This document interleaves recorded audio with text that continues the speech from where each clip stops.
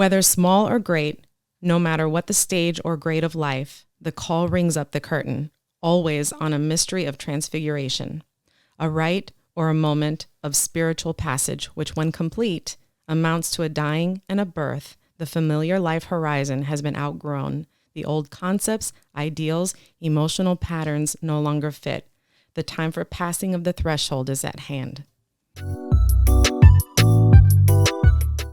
And so that's like the perfect quote. It's like, it gives me chills because it's like, that's it. It's time. So that leads into my question of, the crossing of the threshold is that call to action, right? Yeah. Okay. So the question that I have is, what is the call to action? Yeah. Well, the call to, what he actually called it is the call to the adventure, right? Okay.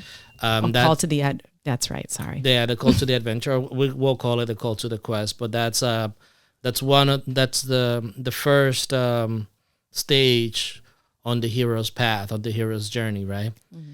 And which you've talked about in season 1. In episode, yeah. And we also talk about it in the last episode that we did, right? Of season 2, yeah. And the idea is that these are moments in our lives in which we are called to go beyond the normal confines of our world, of our reality, of our culture, of the things that we're accustomed to, right? And those are times that are pivotal because we get to make a choice. We actually will choose to either answer that call and pursue what those urges are, or we could decide to suppress it and not confront it, But these are moments in our lives that are transformational, and they will lead us into places that we really don't know. Unfamiliar territory. They're unfamiliar territories. We don't know exactly what we will get out of it. But there's that the quest aspect of it. There's that the exploration part of ourselves, or wanting to know or experience things that are beyond our normal everyday existence.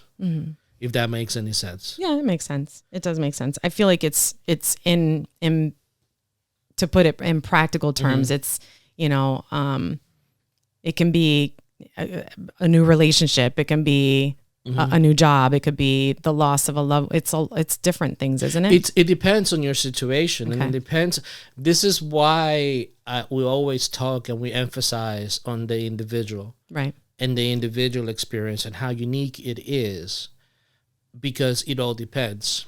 So I can't tell you that my call to the adventure or my experience, it's going to be the same as yours.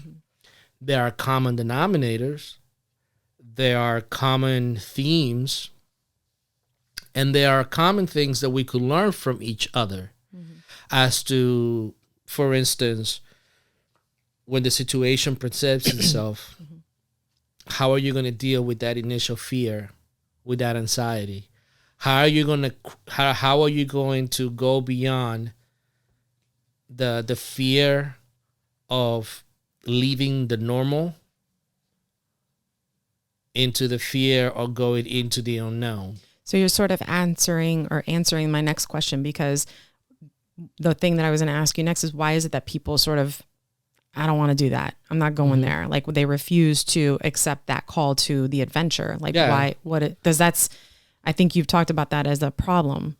Yeah, I mean, the reason why we don't choose to listen to ourselves is because there are many things. First, we live in a society. We live in the macro level. We're humans. As you start going down, we live in a country. We live in a culture. We live within a family. We live in those different perspectives, right? In those different realms, so to speak. And there's a certain judgment and a certain fear of not belonging that gives us the hesitation of following our own path. Like nobody wants to be called the weird person of the family, or nobody wants to go against their culture or criticize their culture, even though when their culture is wrong, because you fear being ostracized and pushed aside. So it's a societal thing. It's it's a cultural thing, because we want to belong. We want to fit in. So it's a status thing too, then. It's a status because we want to be a part of something. And to go out and be invulnerable and trying to do something that is uniquely yours puts you in that judgment realm, that you will be different. You will be looked at differently. There's a book that I love. It's called Illusions, right, by Richard Bach. It's I think it's like the Life of a Reluctant Messiah, I think is the underlying title, but it's Illusions, right? And there's these little creatures that live in a river, and one of them decides, and their existence, their life is clinging to the bottom, so the current doesn't take them, right? So then this little creature decides to let go, right? Because you can just see it just dangling, right? Yeah, so he just decides to let go, and the current takes it, Yeah. And at first, he bangs against rocks and gets hurt and all this stuff, and then, but eventually he finds his way. Richard Bach has another book that has the same type of theme, is Jonathan Livingston Seagull, right? And it's the seagull that he learns to fly really high and dive really deep. So instead of eating the scraps, he goes deeper to find the whole fish. But in the midst of all that, he was looked as a weird. It's like, why are you so concerned with flying high? Why are you so concerned with speed and diving deep? These are the things that you'll be confronted when the call to the adventure hits.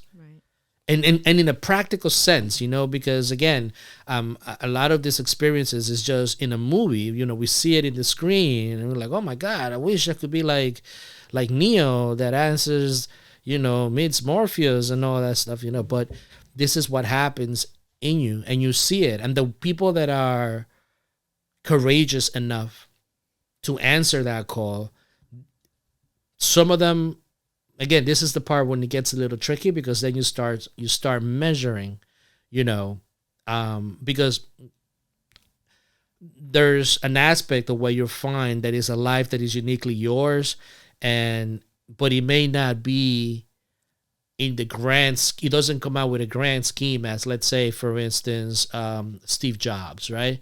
Dropped out of school, did all these things that he did because he wanted to do it, because he had a vision, an idea of how he wanted what he wanted, and that's that is an individual quest, but that was his thing.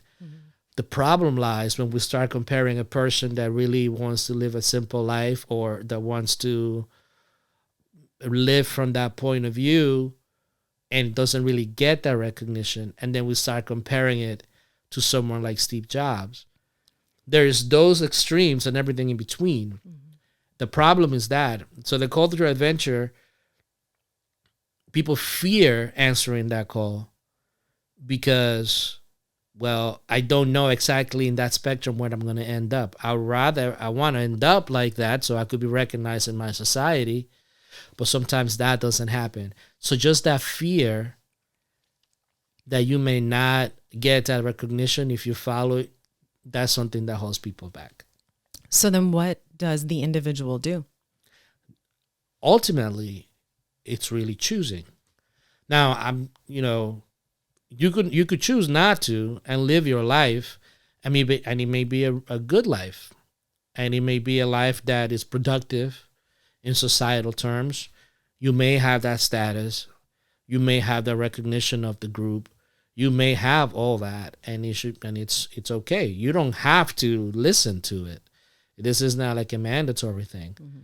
But if you feel that you're constantly having that void, that void inside of you is there, you know, as to not finding things to be fulfilling or things to be